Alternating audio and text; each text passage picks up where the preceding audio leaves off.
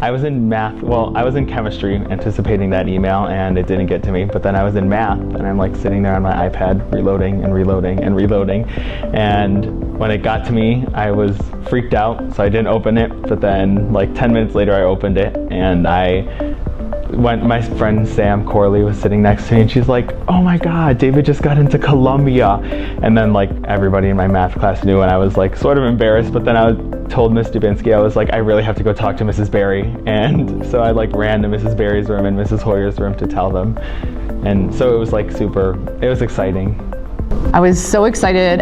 I had been waiting all day just like he had, and I knew that he should have found out in chemistry class, so I was kind of stalking a little outside his chemistry class because it's my lunch period and he didn't know yet. And then I started teaching my next class, and he came in with his iPad and said, it was like bright sparkling letters, congratulations, and I had to stop reading it for a second and compose myself because I was so happy for him.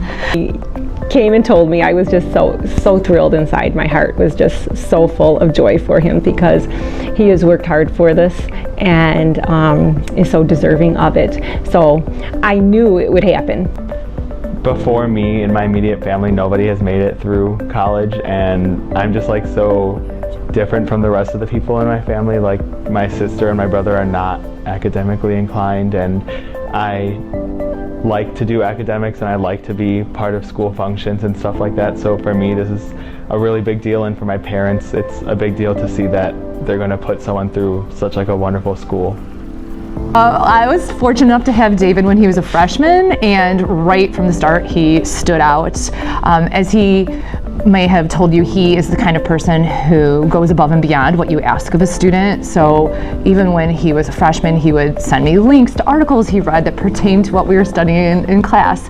If we started something in class, he would want to continue it outside and give me feedback with his own research. It was clear he was really into science and then had like excellent academic standards for himself. A lot of people seem to think that being smart is sort of just like a natural ability, and I would consider myself smart. It's just, it takes a lot of work and effort to get there, because even for like my favorite subjects like chem and bio, I have to study. David came and asked for some recommendations from me to do summer things, to do out of the ordinary investigations at universities or in anything he could find. And so when students do that, I know that they are going a step beyond. And so he's putting in effort, he's looking at things he's interested in, he wants to do more. So I knew great things were going to happen in his future. I'm majoring in biochemistry. So after I receive my bachelor's, I want to work for companies like Abbott and do like research and development with those companies. And but I also want to pursue a doctorate degree, so then I can do like pharmacology or like medical research scientist to develop drugs.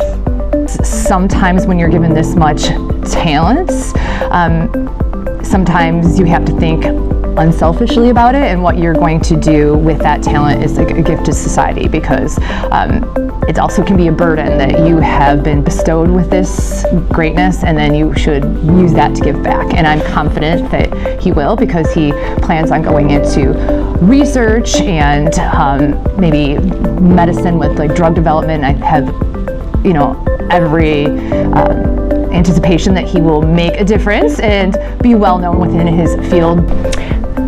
I have been so fortunate because I got to know David sophomore year, and then he asked to be my aide, and so I worked with him all last year and got to really know David and his work ethic and what he can do and accomplish. And now I have him in AP Chem this year, and I continue to see his growth, and I would tell him just to continue that joy that he has in learning, to continue that effort, to seek out resources, to go for people that he knows are that number one, that notch, and work with them, talk with them, ask them questions. And that's, I think, always your networking is your best way of growing. And so continue to find those good things, seek out the things that bring you joy, and I can't wait to hear about the